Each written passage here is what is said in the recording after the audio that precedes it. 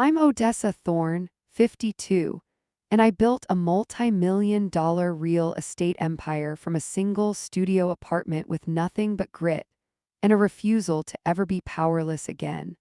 My knuckles were white as I gripped the leather steering wheel of my Range Rover. The windshield wipers were fighting a losing battle against the worst storm the East Coast had seen in a decade. Rain lashed against the glass like handfuls of gravel being thrown by an angry god. I shouldn't have been driving in this weather. The weatherman had screamed about flash floods and down power lines all morning. But a mother's intuition is a frequency that cuts through static, and mine had been screaming at me since dawn. Lily hadn't answered my texts. She hadn't picked up my calls. My daughter is 7 months pregnant, and she never goes more than 3 hours without checking in with me. I told myself it was just the storm knocking out the cell towers. I told myself she was probably curled up on the couch with a cup of tea, safe and warm. I lied to myself.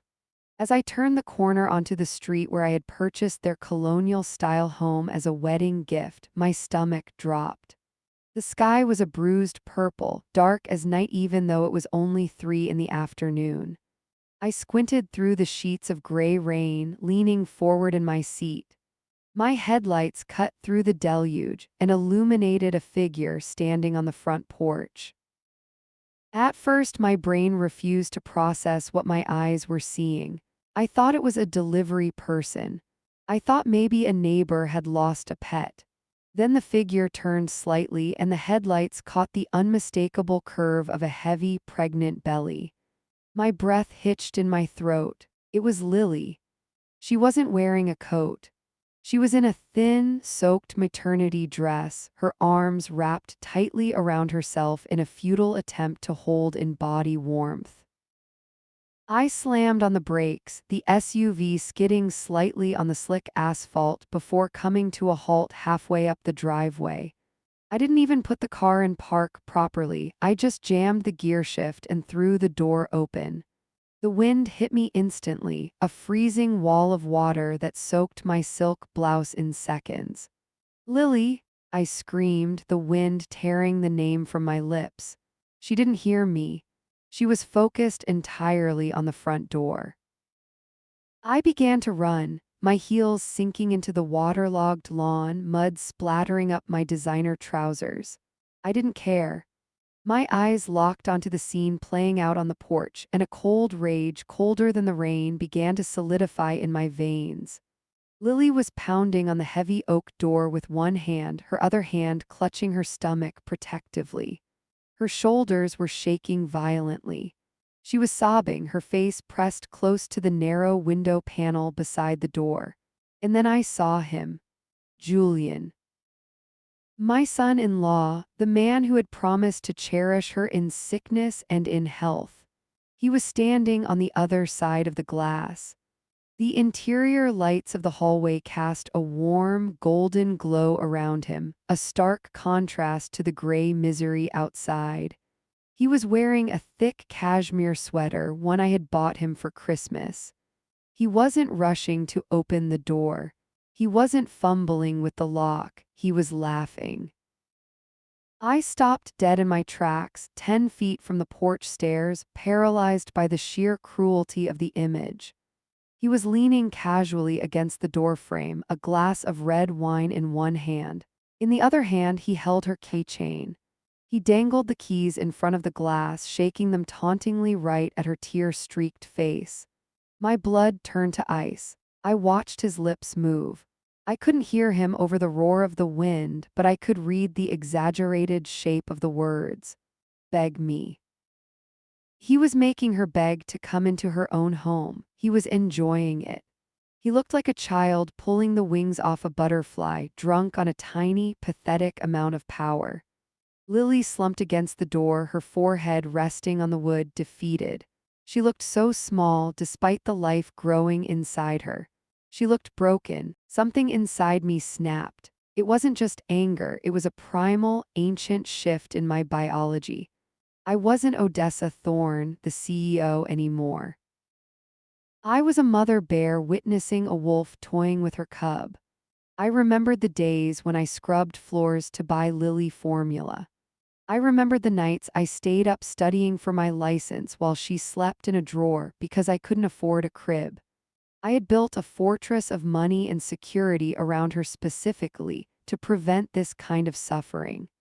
And this mediocrity of a man thought he could tear it down. He thought he could use the shelter I provided as a weapon against my child. I moved toward the stairs, my steps heavy and deliberate. The rain plastered my hair to my face, but I didn't brush it away. I wanted him to see me clearly. I walked up the porch steps, the wood slick under my feet. Lily heard my footsteps and turned, her eyes wide and red-rimmed, mascara running down her pale cheeks. "Mom," she choked out, her teeth chattering so hard the word was barely audible. "Mom, he changed the he won't." I didn't look at her. I couldn't look at her pain yet, or I would fall apart. My eyes were fixed on the glass. Inside, Julian's laughter died instantly.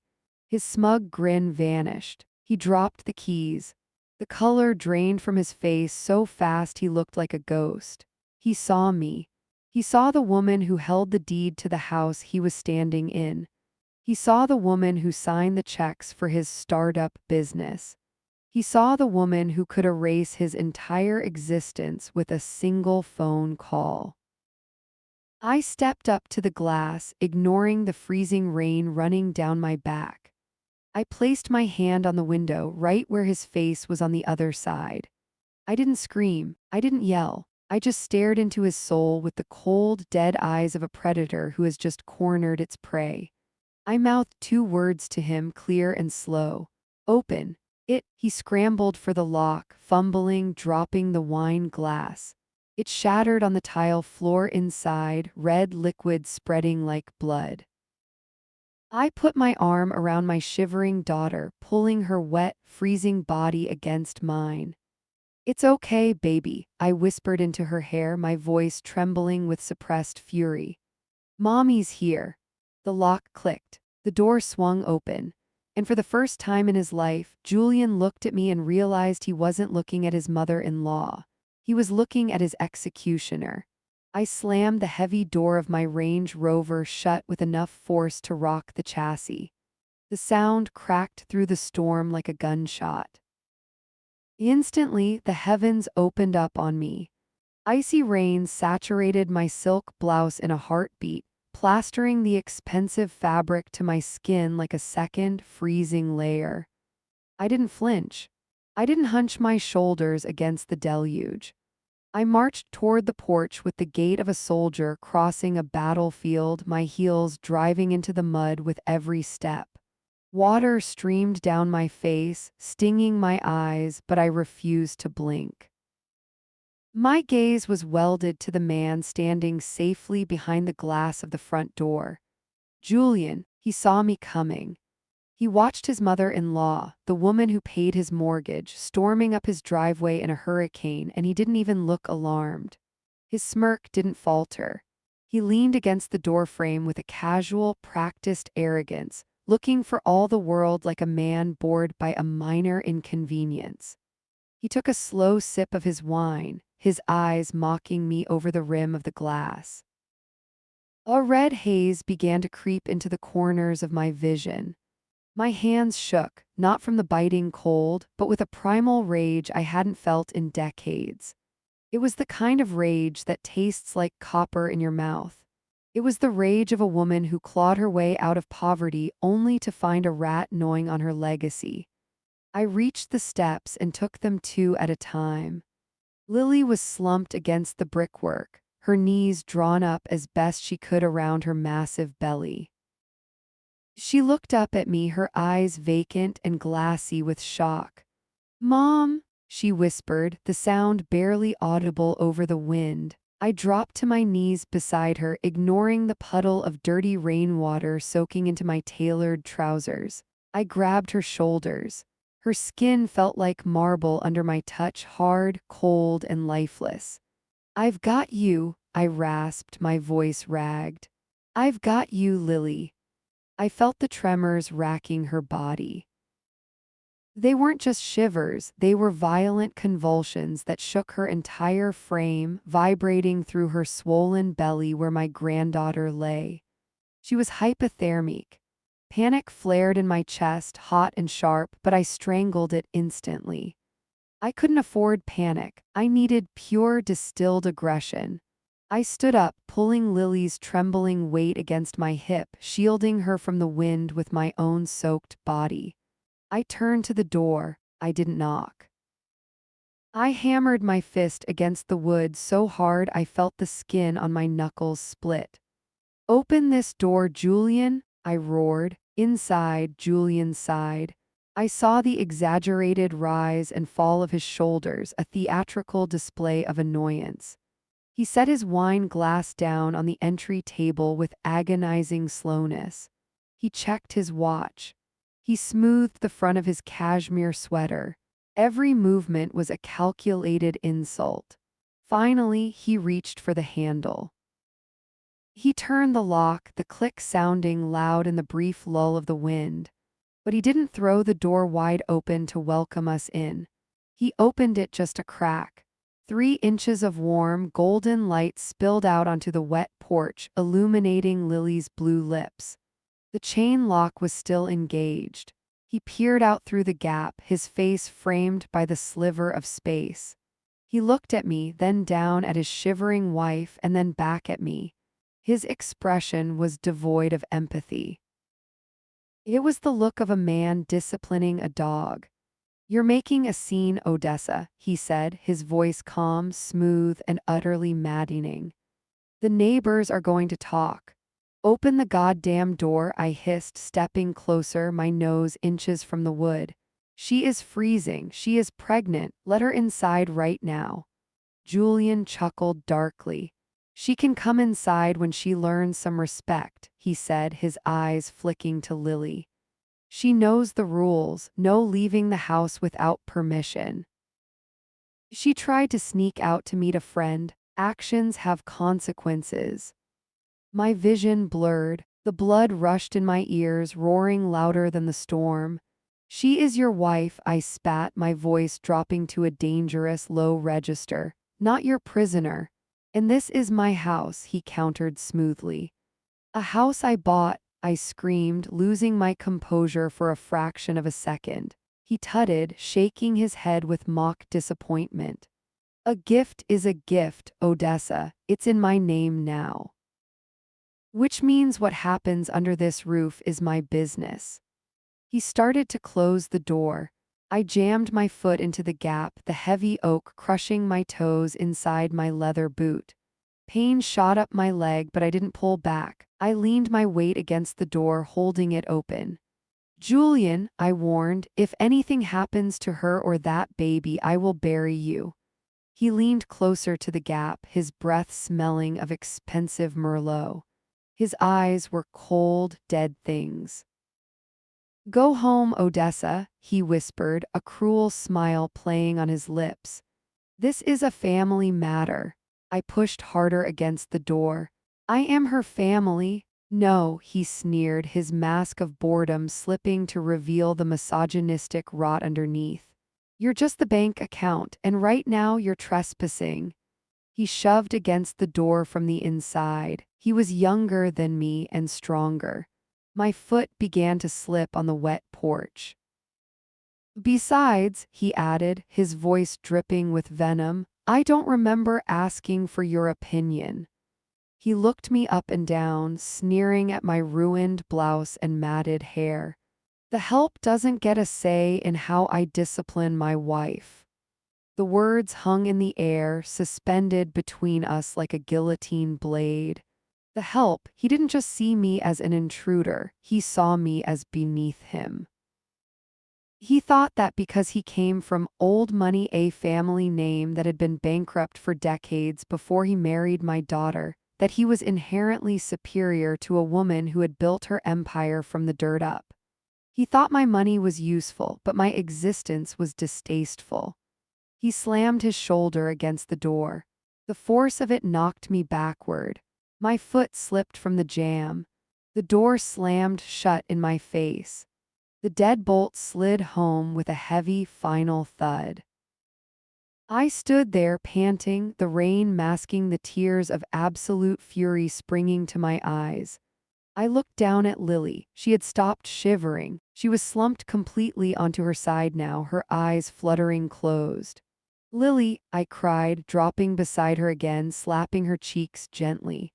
"Lily, stay with me." She didn't respond. Her head lolled back, her neck limp. Inside the house, the porch light flicked off, plunging us into darkness. He had left us out here to die.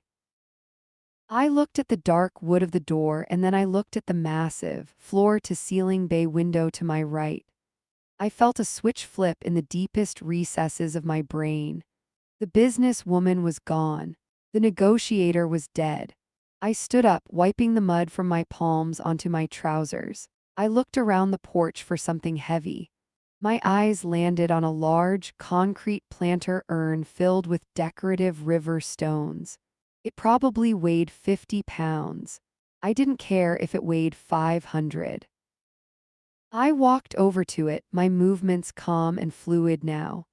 I wrapped my arms around the cold, rough concrete. I lifted. A guttural scream tore from my throat as I hoisted the heavy urn up to my chest, my muscles screaming in protest. I turned toward the bay window. Inside, I could see Julian's silhouette walking back toward the living room, his back to us. He thought he had won. He thought the door was the only way in. I took 3 running steps and launched the concrete urn through the glass.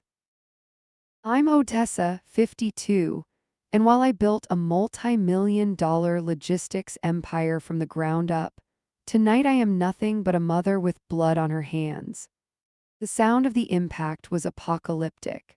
Glass didn't just break, it exploded inward like a crystalline grenade, showering the expensive hardwood with thousands of jagged diamonds.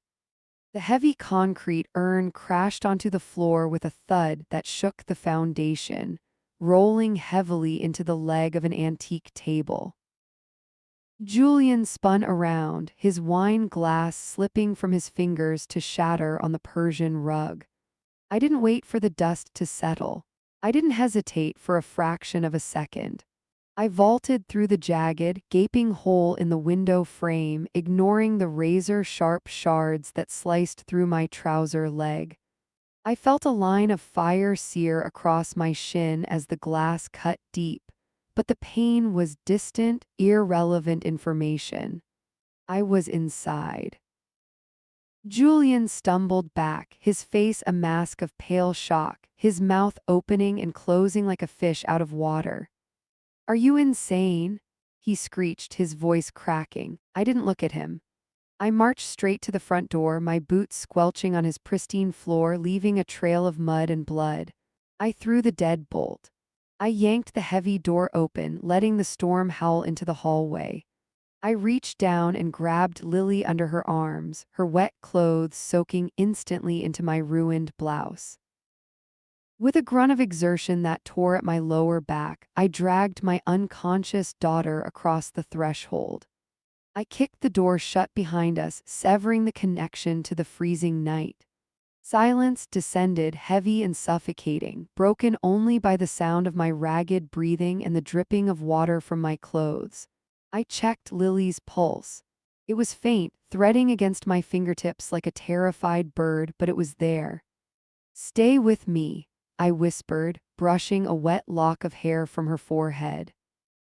"You're paying for that window," a voice sneered from above me. I slowly stood up. I turned to face him.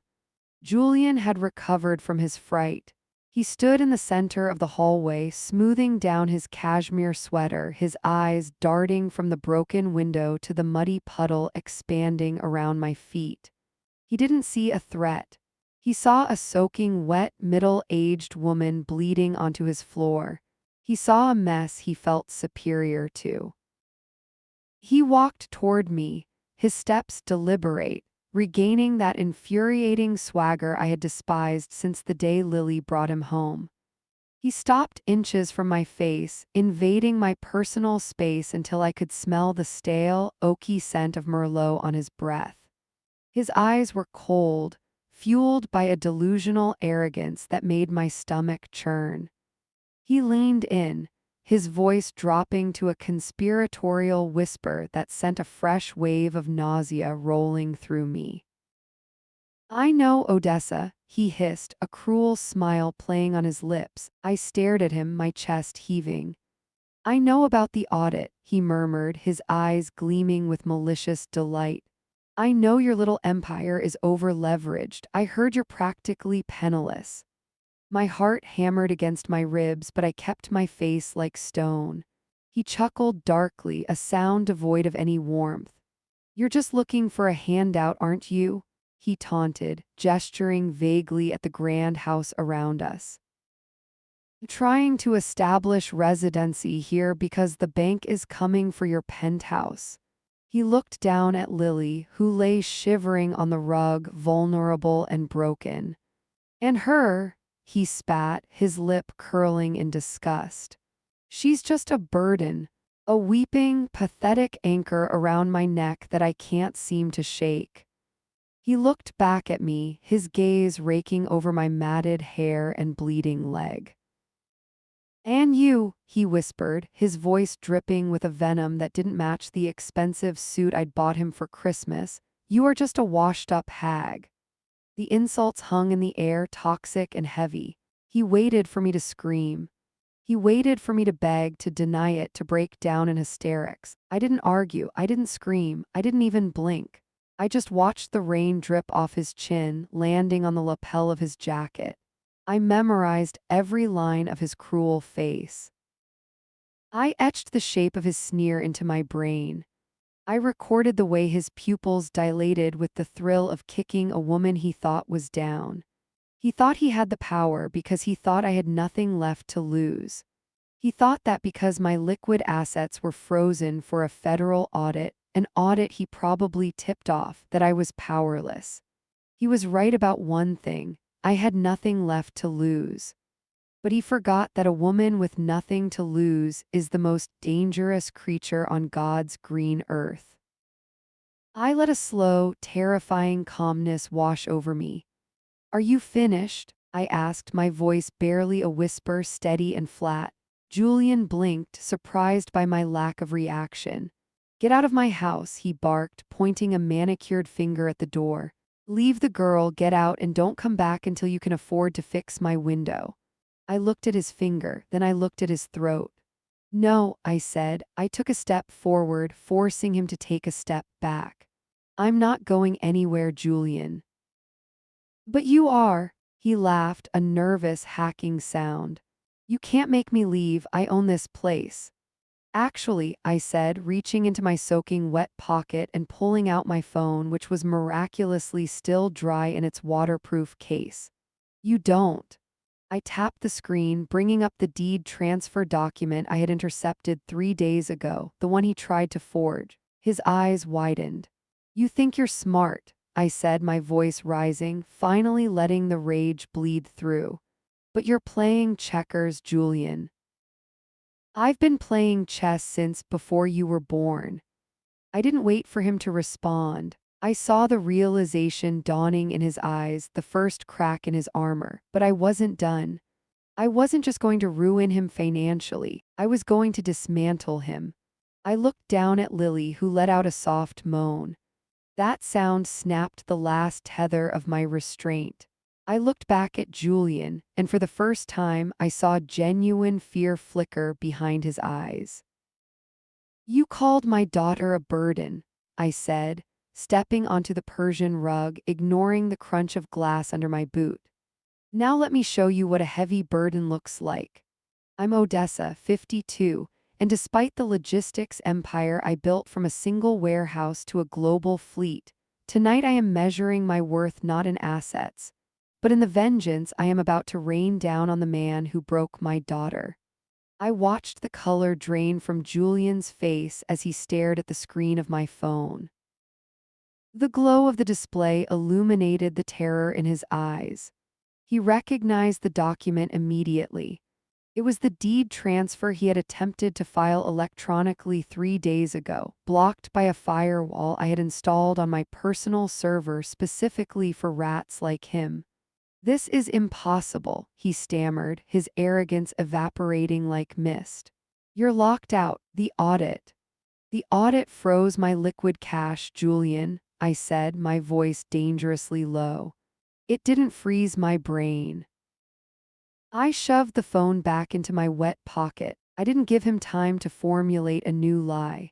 I turned my back on him, a calculated risk that made the hair on my neck stand up, and knelt beside Lily. She was stirring now, her eyelashes fluttering against cheeks that were far too pale. "Up, baby," I whispered, sliding my arm behind her shoulders. "We're leaving." "Mom," she croaked, her voice thick with confusion and cold. "I've got you," I grunted, using my legs to hoist us both up. My shin burned where the glass had sliced me, the adrenaline beginning to fade just enough to let the pain bleed through. Lily leaned her entire weight against me, stumbling. I glared at Julian, who was still standing in the center of the hallway, paralyzed by the sudden shift in power dynamics. "If you try to stop us," I said, my voice steady, "I will call the fraud division right now. I have the timestamps. I have the IP address. I will send you to federal prison before breakfast." He didn't move. He just watched, his jaw working silently, as I dragged his pregnant wife out of the house he pretended to own.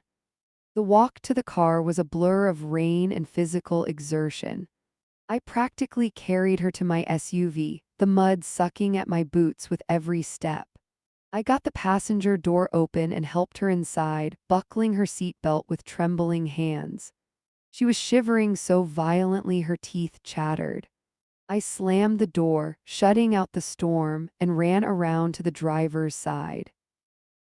As I climbed in, soaking the leather seat, I hit the lock button. Only then did I exhale. I started the engine, blasting the heat and the seat warmers to the maximum setting.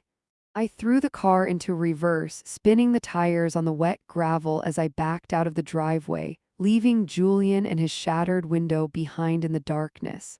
The drive back to my estate was a suffocating silence broken only by the rhythmic slap of the windshield wipers.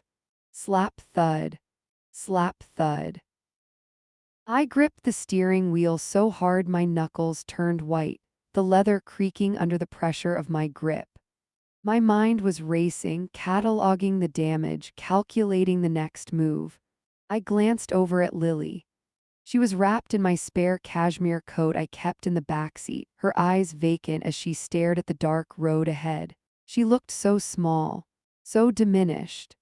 This wasn't the fiery girl I had raised. This was a shell, hollowed out by months of psychological warfare I hadn't seen coming. "He told me you wouldn't come," she finally spoke, her voice a fragile thread that barely rose above the hum of the engine. I swallowed the lump in my throat, keeping my eyes on the slick asphalt. "He lied, Lily, he always lies." She let out a shaky breath, turning her head slightly toward the window. "He took my cards, Mom." The confession hung in the air, heavy and terrible. I frowned, glancing at her. "What do you mean?" "The joint accounts," she whispered, a tear sliding down her nose. "He changed all the passwords last month," he said. "He said I was irresponsible with the baby coming. He said he needed to manage the finances because you taught me bad habits." A flash of pure red-hot rage spiked in my chest. "He cut you off?" I asked, my voice tight.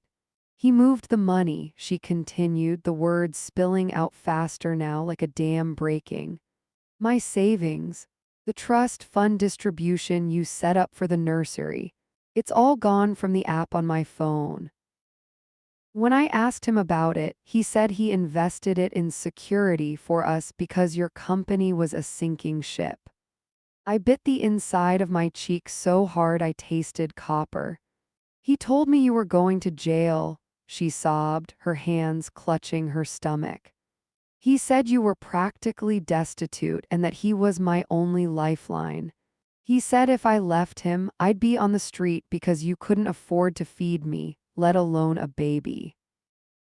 My vision blurred for a second, not from tears, but from the sheer intensity of my fury. He had isolated her. He had used my temporary financial vulnerability, a standard, albeit aggressive, audit to gaslight my daughter into believing she had nowhere else to turn. He had made himself her jailer and convinced her he was her savior. I tried to leave tonight, she whimpered.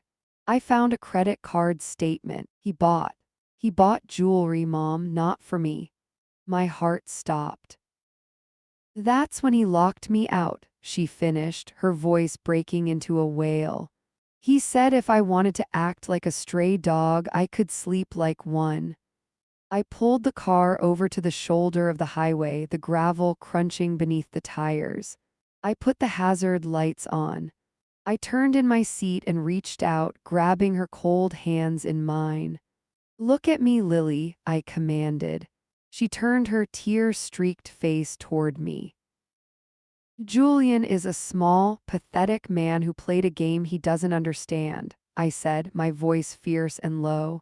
My company is not sinking, I am not destitute, and that money he moved, I will find it. I squeezed her hands, willing my strength into her.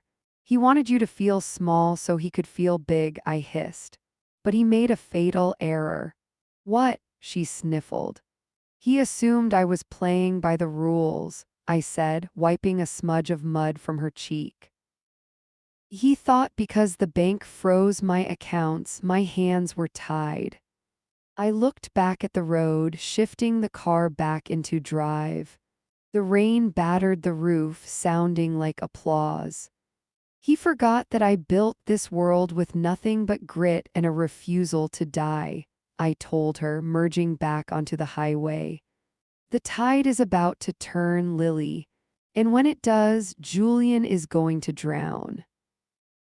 I'm Odessa, 52, and while the world sleeps, I am sitting in the blue glow of my monitors, dissecting the financial carcass of the man who tried to destroy my family. The house was finally quiet. I had spent the last hour scrubbing the mud off my boots and ensuring Lily was asleep. I had tucked her into the guest suite, the one with the heavy blackout curtains and the reinforced locking mechanism on the door. She had fallen asleep clutching the sleeve of my bathrobe, exhausted by the trauma of the night. I stood in the hallway for a moment, listening to her breathing. It was shallow, hitched with the occasional whimper, but she was safe. For now. I turned away from her door and walked down the long, shadowed corridor to the east wing. My home office. This was my command center. It was where I managed a fleet of 300 trucks and a global shipping network that moved everything from medical supplies to heavy machinery. Tonight, however, I wasn't moving cargo. I was hunting. I closed the heavy oak door behind me and locked it. The room smelled of old paper and ozone. I sat down at my mahogany desk and woke up the 3 monitors arranged in a semicircle. The clock on the wall read 3:00 a.m. My eyes felt gritty like I had rubbed them with sand, but my mind was vibrating with a cold, chemical clarity. I picked up the secure line phone on my desk.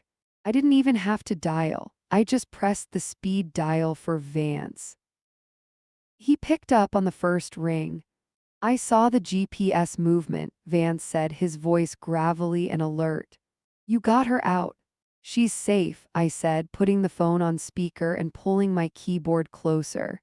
But Julian is still standing. I want to change that. I'm already in, Vance replied. Check your second monitor. I'm mirroring my screen to you now. I watched as a window popped up on the center screen. It was a chaotic cascade of numbers, bank logos, and credit card statements. I thought you said he locked everything down, I said, squinting at the scrolling data. He locked Lily out, Odessa, Vance said, a hint of amusement in his tone. He didn't lock me out. The idiot uses the same password for his firm's cloud server as he does for his fantasy football league. It took me 12 minutes to crack his digital life wide open. I leaned in, my heart hammering a slow, heavy rhythm against my ribs. "Show me," I commanded. "Okay, look at the personal checking account first," Vance said, "the one he claims is joint." I watched the cursor highlight a series of transactions from the last 6 months. My stomach turned over. "Jewelry?" I asked, reading the vendor names. "Cartier, Tiffany." "Not for Lily," Vance noted dryly. "Look at the shipping addresses. They're going to a condo in the city rented under a shell LLC. "A mistress," I whispered, the rage flaring up again, hot and suffocating. "Worse," Vance said. "Look at the dates. He bought a diamond tennis bracelet the same day Lily was admitted to the hospital for dehydration last month." I gripped the edge of my desk so hard the wood bit into my palms. He was buying gifts for someone else while my daughter was hooked up to an IV, terrified for her baby. "Keep digging," I said, my voice shaking. "This makes him a scumbag, Vance. I need something that makes him a criminal." "Way ahead of you," Vance said. "Switch to monitor 3. I looked to the right. This screen was darker. It showed a series of complex spreadsheets and a log from an online betting platform based in Malta. "The golden boy has a habit," Vance said. "A bad one." I scanned the numbers. Loss, loss, win, loss, huge loss. $50,000 in one night, I asked, stunned. "He doesn't have that kind of liquidity. He's a junior partner." "Exactly," Vance said. "So where did the money come from?" He clicked a file named Escrow Audit Log. The screen filled with red text. "He's moving client money," I breathed, the realization hitting me like a physical blow. "He's skimming from the firm's escrow accounts to cover his losses." "Wire transfers," Vance confirmed. "See here, he moves it out on Friday night to pay the bookies, hoping to win it back and replace it by Monday morning before the bank reconciliation hits." I sat back in my leather chair, the air leaving my lungs. It was a Ponzi scheme of one. He was robbing Peter to pay Paul, and Paul was an offshore casino. "He's drowning," I said softly. "He's not just controlling Lily because he's abusive. He's controlling her finances because he's terrified she'll spend a dollar he doesn't have." "He's desperate," Vance agreed. "If the partners at his firm see this, it's not just disbarment, Odessa. It's federal prison, wire fraud, embezzlement." I stared at the glowing evidence of Julian's ruin. He had strutted around my house hours ago, mocking my temporary cash flow issues, calling my daughter a burden. He had projected an image of absolute, untouchable success, but it was all rot. Underneath the Italian suits and the least luxury car, he was a thief. He was a frantic, sweating addict juggling grenades. "He threatened to call the fraud division on me," I said, a dark laugh bubbling up in my throat. "Projection," Vance said. "Classic narcissist." I reached for my coffee cup, my hand steady now. The trembling was gone. The fear was gone. All that was left was the surgical precision of a CEO who had identified a redundancy that needed to be eliminated. "Save everything," I ordered. "Make copies, hard drives, cloud backups. I want a physical dossier on my desk by noon." "You going to the police?" Vance asked. I looked at the screen, at the red numbers that represented Julian's life bleeding out. "Not yet," I said. I took a sip of the cold, bitter coffee. "The police are a blunt instrument, Vance. I want to be a scalpel." I thought about Lily's pale face. I thought about the way she flinched when he raised his voice. I thought about the glass crunching under my boot in his hallway. "I'm going to let him sweat," I said, my eyes narrowing. "I'm going to let him wake up in that empty house with the broken window and the rain coming in, wondering what I know." "He'll try to contact her," Vance warned. "Let him," I said. "He has no idea that the ground he's standing on has already crumbled." I hung up the phone. The room was silent again, save for the hum of the hard drive saving the data. I stood up and walked to the window, looking out at the storm that was still raging over my estate. The rain lashed against the glass, violent and unrelenting.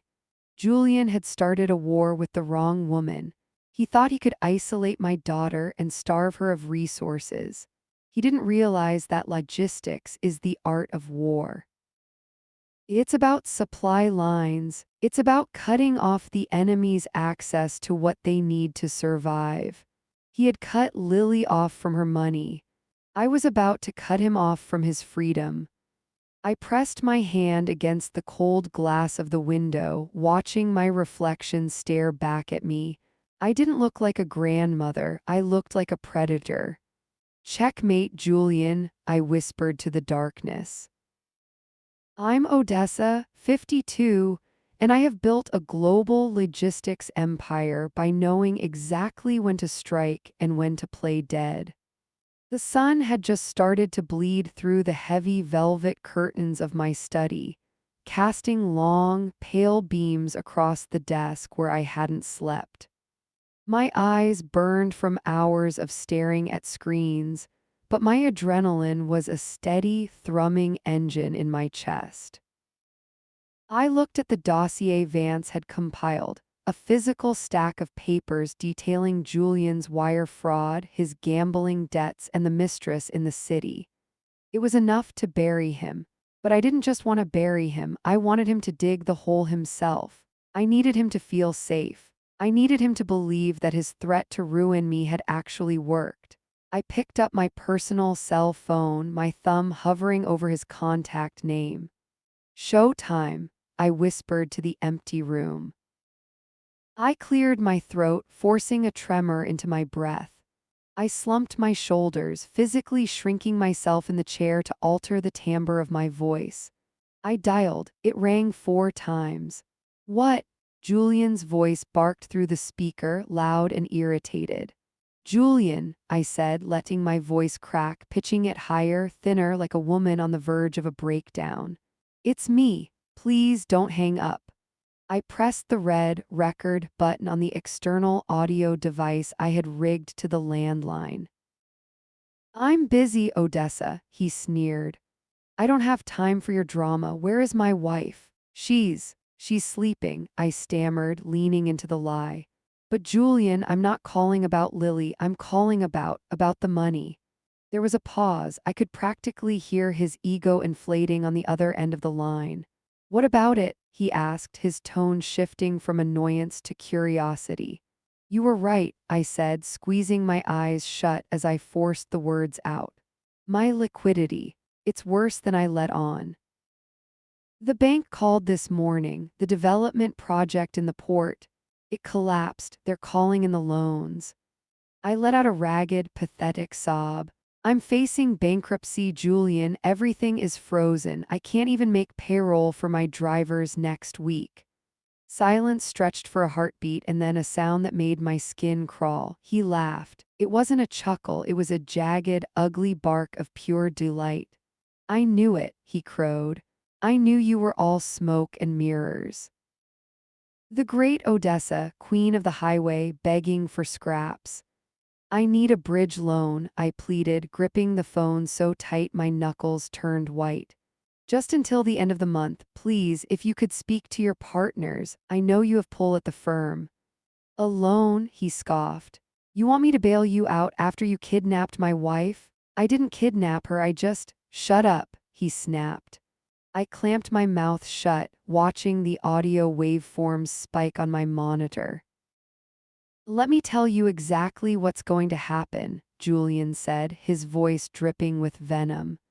"You're going to lose that big, gaudy house. You're going to lose those trucks. And you're going to end up in a state-run nursing home because you're a failure, Odessa. You're a washed-up old woman who thought she could play with the big boys."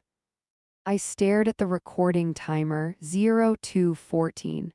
"Please," I whispered, feeding the fire. "I wouldn't give you a dime if you were burning alive," he said, and I could hear the smile in his voice. "In fact, I'm going to enjoy watching you fall. And when you're destitute, Lily will come crawling back to me because she'll have nowhere else to go." She needs a provider, not a charity case.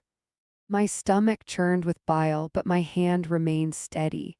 He was giving me everything. He was establishing motive, malice, and financial coercion, all in one recorded call. "You're a bad mother," he continued, launching into a tirade. "You prioritized your business over your family for 30 years, and now look at you. Alone, broke, pathetic." He spent the next 10 minutes dissecting my life, attacking my character, and detailing exactly how much better he was than me. I took every insult like a blow to the face, silent, letting him exhaust himself. I needed him to feel like a god. Gods get careless. "Don't call me again until you're ready to drop Lily off at my front door," he spat. The line went dead. I slowly lowered the phone from my ear. My hand was shaking now, not from fear, but from the sheer effort of restraining my rage. I looked at the external recorder. I pressed stop. Then I pressed save. The file appeared on my desktop. Julian Confession 01 WAV. I sat back in my chair and exhaled a long, shuddering breath. He thought he had just kicked a dying dog. He had no idea he had just handed me the rope. He had admitted to wanting to control Lily financially. He had displayed extreme emotional abuse. And crucially, he had denied having the funds to help, despite the fact that, according to Vance's hack, he had just moved $50,000 into an offshore account an hour ago. Lying about assets during a marital dispute. That was leverage. I stood up and walked to the mirror hanging on the back of the door. I smoothed my hair. I straightened my silk blouse. The pathetic, broken woman who had just been on the phone was gone. Odessa was back. I walked out of the office and headed toward the kitchen. I could smell coffee brewing and heard the clink of a spoon against a mug. Lily was awake. I needed to be strong for her. I needed to show her that monsters could be slain provided you had the right weapons. And I had just acquired the ultimate weapon, his own voice. "I'm Odessa, 52, and I treat the destruction of my enemies with the same logistical precision I use to move freight across continents." I sat back down at my mahogany desk, the leather creaking softly under my weight. The recording of Julian's abuse was safely stored on 3 separate encrypted drives. That was the shield. Now I needed the sword. I pulled up the secure interface Vance had built for me on the secondary monitor. It was a dashboard of financial ruin, glowing with neon blue lines and stark white numbers. "Phase 2, I whispered, my fingers hovering over the mechanical keyboard. I didn't want to just sue Julian. I wanted to own him. I navigated to the first tab, Real Estate Holdings. Julian's mortgage was held by a mid-sized lender that was currently desperate for liquidity. I knew this because I read the market reports like other women read horoscopes. I initiated the transfer through Redline Ventures, a shell company I had registered in the Cayman Islands 5 years ago for high-risk acquisitions. The wire transfer screen blinked. Amount $840,000. Recipient Horizon Mortgages. Memo Asset Acquisition 442 Elm Street. I pressed enter. The click was loud in the silent room. A processing bar filled up with agonizing slowness. 20%, 50%. Done. I let out a breath I didn't know I was holding. I now own the paper on his house. I own the roof over his head. I own the floorboards he paced on while he screamed at my daughter. Technically, if he missed a single payment, which he would once I was done with him, I could foreclose with aggressive speed. I cracked my knuckles, the sound sharp and satisfying. "Next," I muttered. I tabbed over to the folder labeled Liabilities. Vance had done excellent work. He had uncovered $40,000 in high-interest debt owed to a private lending group operating out of a backroom in the city. Loan sharks. Julian was paying them weekly, vig, just to keep his knees intact. I didn't call these people. You don't talk to sharks, you feed them. I sent a direct wire transfer to the account number Vance had scraped from Julian's deleted text, covering the entire principal plus 20% interest. I attached a single legal document to the transfer notification, reassigned via a proxy lawyer. Debt purchased, Redline Ventures. Julian didn't owe the mob anymore, he owed me. And unlike the mob, I wasn't interested in his money, I was interested in his suffering. I checked my watch, it was 8:15 a.m. The law firm where Julian worked as a junior partner would just be opening its doors. I picked up the landline again. This time I didn't slump. I sat spine straight, my posture reflecting the power I wielded. I dialed the direct line of Marcus Sterling, the senior managing partner.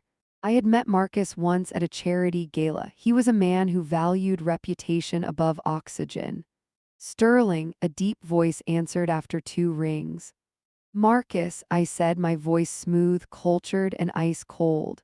It's Odessa. Odessa, he sounded surprised, perhaps wary. To what do I owe the pleasure? I saw the news about the port strike. I hope you're managing. The strike is under control, I lied effortlessly. I'm calling about a more sensitive matter, a compliance issue. I could hear him shift in his chair. Go on. My internal audit team flagged some irregularities in our legal billing, I said, choosing my words with the care of a bomb disposal technician. Specifically related to some subcontracted work handled by one of your associates, a Mr. Thorne. Silence. Heavy, thick silence. Julian Thorne is your son-in-law, is he not? Marcus asked, his tone hardening. He is, I said, injecting a note of pained regret into my voice. Which is why this is so difficult for me. But I run a public company, Marcus. I have a fiduciary duty. The wire transfers, they look like kickbacks. I'm not saying they are, but if the ethics board were to see them. I let the sentence hang there, a guillotine blade suspended by a thread. I see, Marcus said. The warmth was completely gone from his voice. Do you have documentation? I'm compiling a dossier, I said. I wanted to give you a heads up before I am legally obligated to file a formal complaint. I know how much you value the firm's standing. I appreciate the courtesy, Odessa, he said, and I could practically hear him signaling his secretary to pull Julian's files. I will look into this personally. Immediately. Thank you, Marcus. I hung up. I didn't need to prove the fraud yet. In the corporate world, the mere whiff of financial impropriety was enough to trigger a suspension. Julian would walk into work this morning thinking he was a king. By lunch, security would be escorting him out of the building with a cardboard box. I stood up and walked to the window.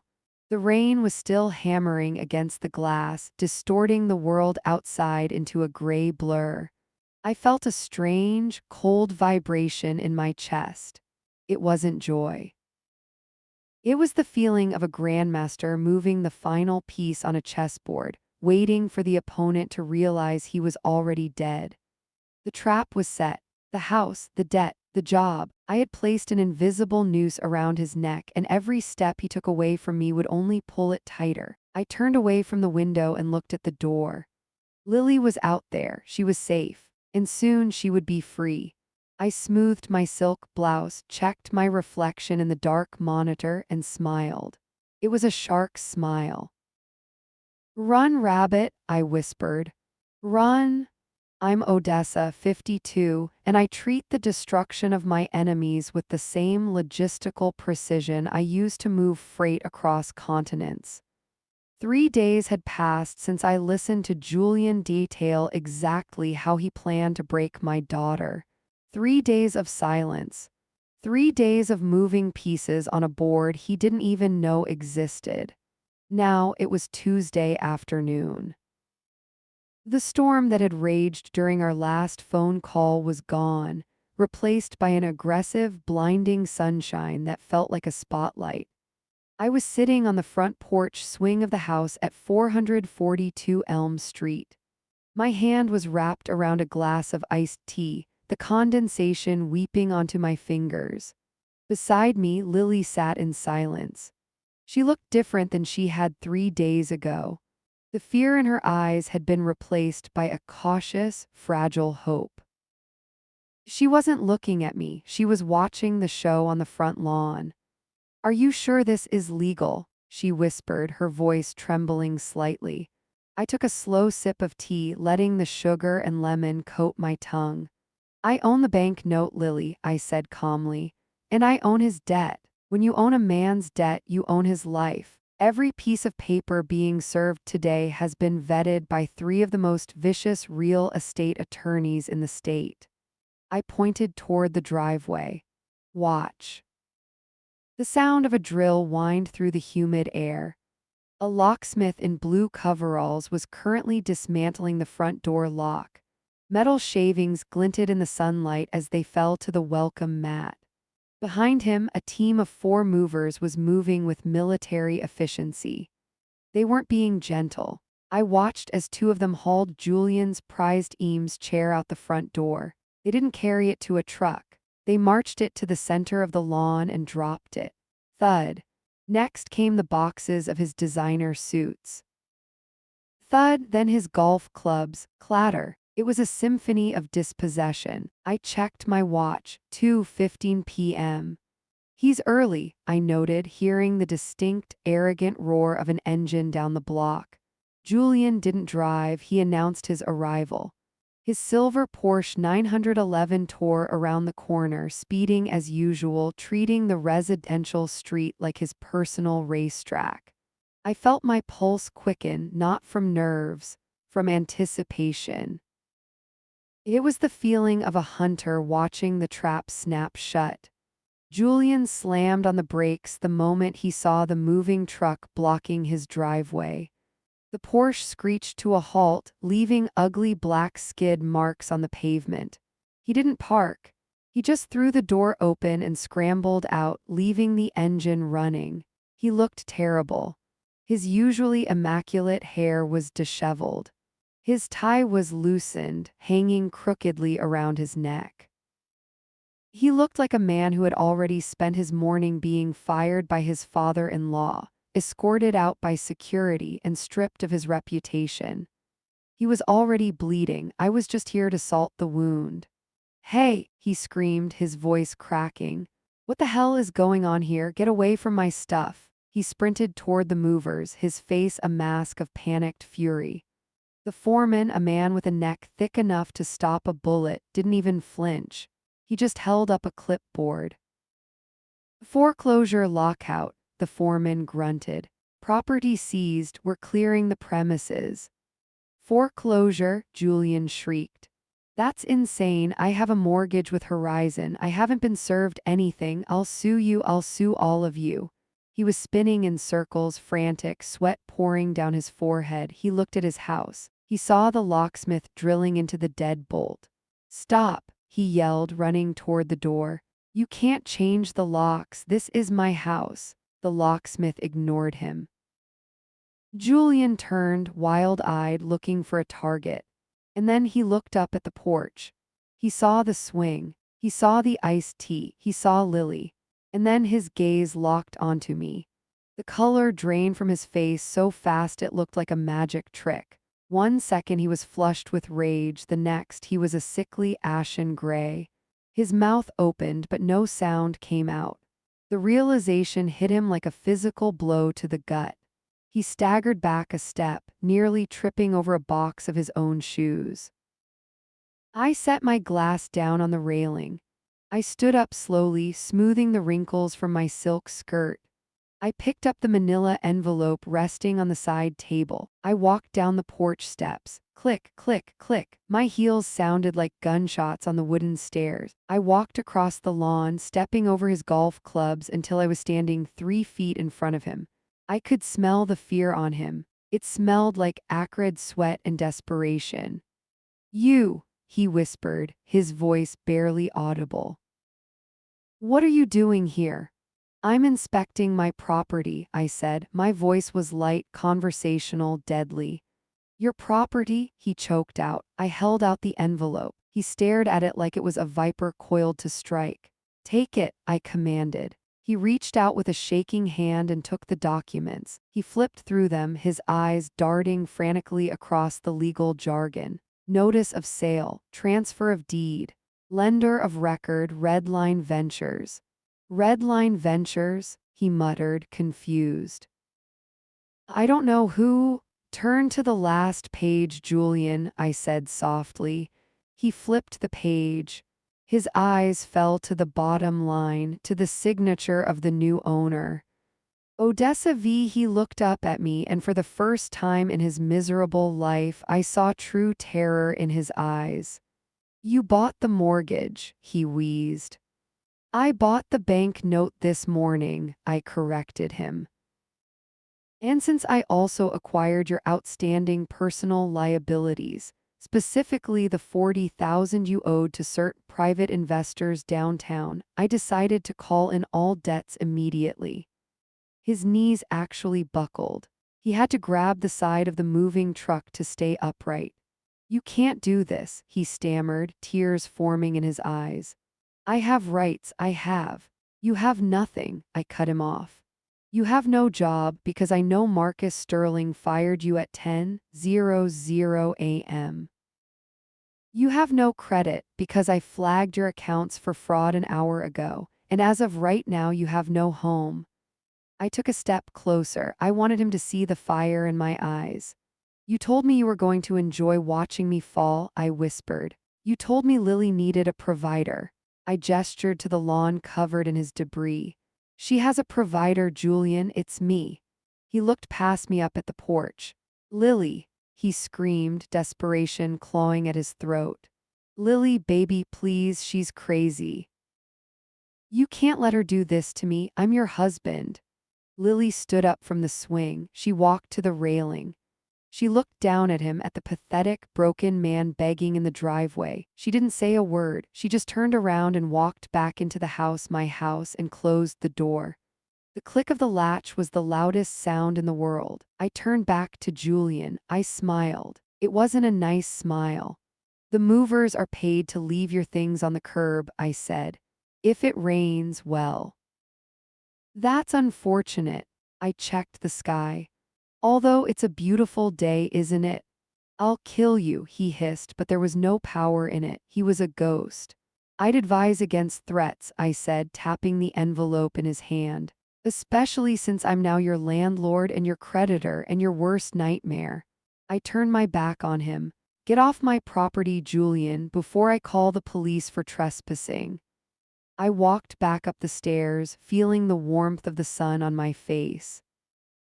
Behind me, I heard a sob, a singular, broken sound. I didn't look back. I picked up my iced tea. The ice rattled against the glass. It was the best drink I had ever tasted. I'm Odessa, 52, and I don't just burn bridges, I coordinate the demolition, clear the rubble, and bill you for the labor. I watched from the top of the porch stairs as the reality of his eviction settled into Julian's bones, but I knew men like him never went down without one final, flailing attempt at dominance. The shock on his face curdled into a jagged, ugly desperation. He didn't leave. He lunged. Lily, he roared, his voice cracking like dry wood. You can't hide from me. He charged toward the porch stairs, his eyes wild, intent on storming the sanctuary I had built for my daughter. He thought he could just push past the movers. He thought he could bully his way back into control. I didn't flinch. I didn't even spill my tea. I just nodded once to the shadow standing by the trellis. Big Mike, my head of security, a man who spent 2 decades in private contracting before I put him on my payroll, stepped out from the side of the house. He moved with the silent, terrifying speed of a landslide. Julian slammed into Mike's chest like a bird hitting a windshield. Thud. The impact knocked the wind out of him. Julian stumbled back, gasping, clutching his chest. Mike didn't push him, he just stood there, an immovable wall of muscle and indifference, crossing his arms over his black tactical vest. "Step back, sir," Mike rumbled. "Final warning." Julian looked at Mike, then up at me.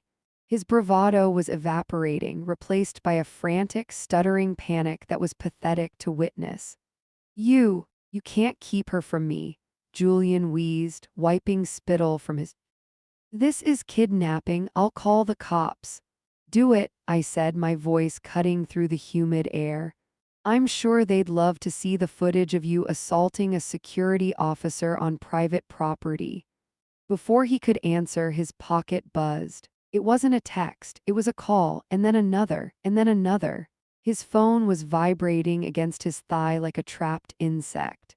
He pulled it out with trembling fingers. I saw the screen light up. It was the managing partner at his firm. I took a slow sip of my tea. "You should answer that, Julian," I called out softly. "I imagine they have some questions about the forensic audit I emailed them at 8:00 a.m. He froze, his eyes bulged as he looked up at me, the phone ringing relentlessly in his hand. "Audit," he whispered. "The embezzlement," I clarified, leaning against the railing. "The client funds you've been funneling into your crypto accounts. Did you really think I wouldn't look at the books? I find lost shipping containers in the middle of the Pacific Ocean, Julian. Finding your sloppy paper trail was child's play." He answered the phone, his hand shaking so violently he nearly dropped it. "Hello, Mr. Sterling, I can explain." He stopped. He listened. I watched the color drain from his face until he looked like a corpse standing upright. "No, please, I just need a week." He was cut off. "Fired," he squeaked. "But charges, please don't involve the police." The line went dead. He lowered the phone slowly. The silence that followed was heavy, broken only by the chirping of birds and the distant sound of traffic. He looked at his Porsche, which he could no longer afford. He looked at the house, which he no longer owned. He looked at his designer suits piled in a heap on the grass. The golden boy had turned into rust. His legs gave out. He didn't faint, he just crumpled.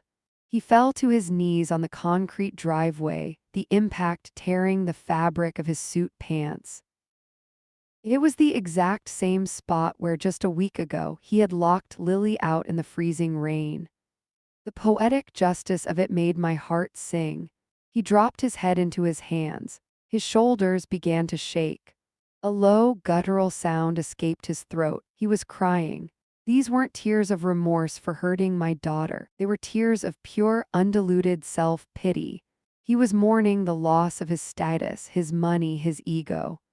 "I have nothing," he sobbed into his palms, his voice muffled and wet. "I have nothing left."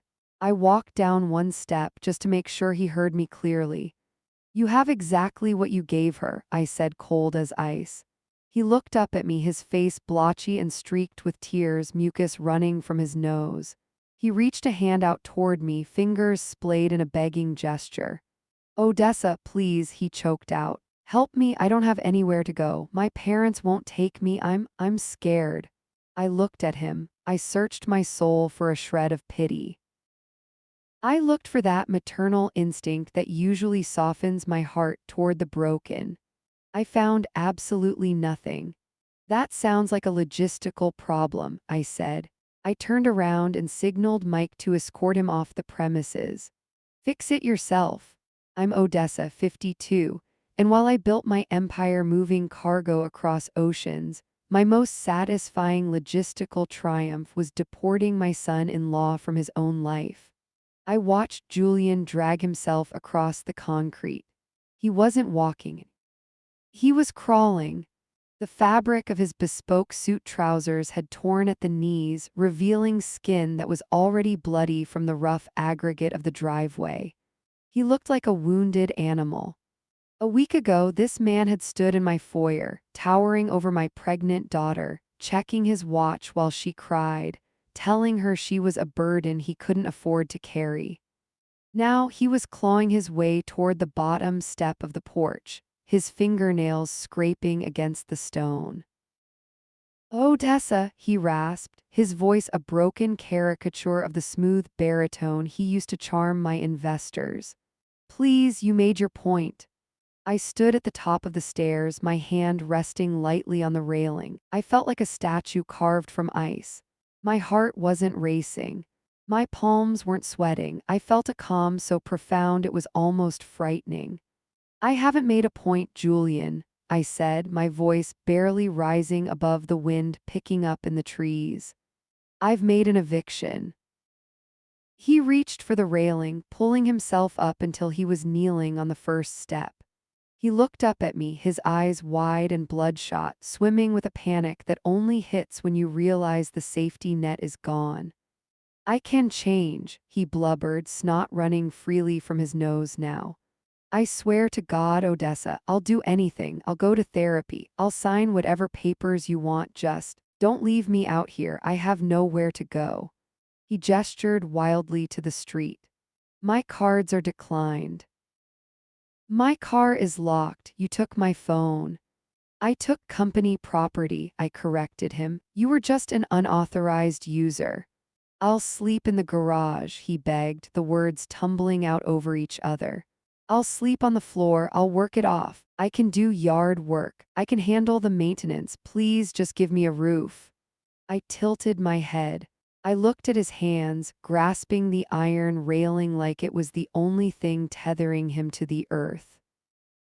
He was offering to do the manual labor he had always felt was beneath him. He was bargaining with his dignity because he had nothing else left to trade. I remembered a dinner 3 months ago. Julian had snapped his fingers at a waiter who dropped a fork. He had laughed about it later, sipping my wine, telling me that some people were just born to serve, and others were born to lead. He had told Lily that her contribution to their marriage was negligible because she didn't bring in a paycheck. He had called her domestic help when he thought I wasn't listening. The memory surged through me hot and sharp. I took a step down, just one. He flinched, expecting a kick. I didn't kick him. I did something worse. I looked at him with absolute, total indifference. "You want to work for me?" I asked softly. Hope flared in his eyes. It was pathetic. "Yes," he breathed. "Yes, I'll do anything. I'll earn my keep. I'm not afraid of hard work." I smiled. It felt tight on my face. "That's funny," I said, "because I seem to recall you telling Lily that people who scrub floors and tend gardens are bottom feeders who lack the intellect for real success." His face went pale. He remembered. I didn't mean."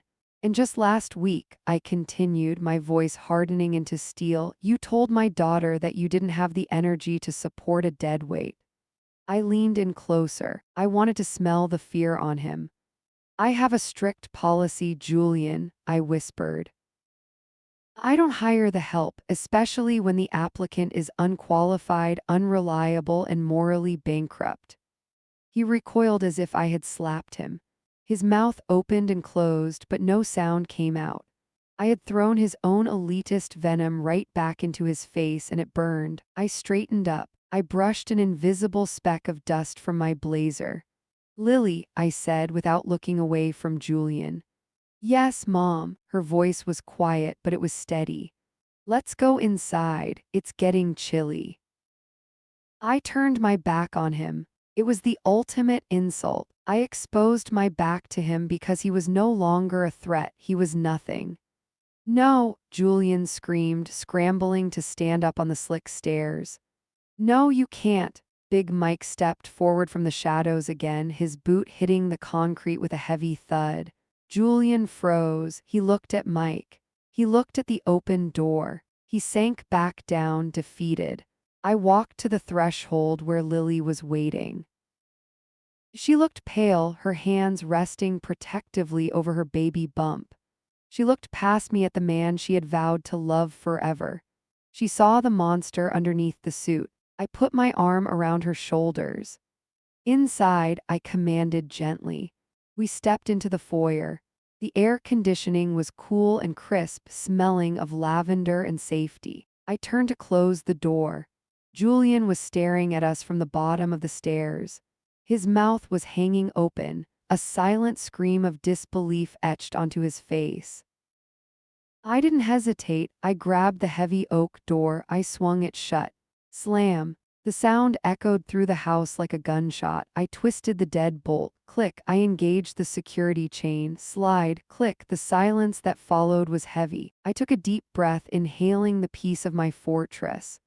Are you okay? I asked Lily. She nodded slowly, exhaling a breath she seemed to have been holding for years. I'm okay, she whispered. I can't believe it's over. It's over, I promised. I walked past the foyer into the living room. I went to the large bay window that overlooked the front yard. I pulled back the sheer curtain just an inch. I had to see, I had to witness the finale. Outside, the sky had finally opened up.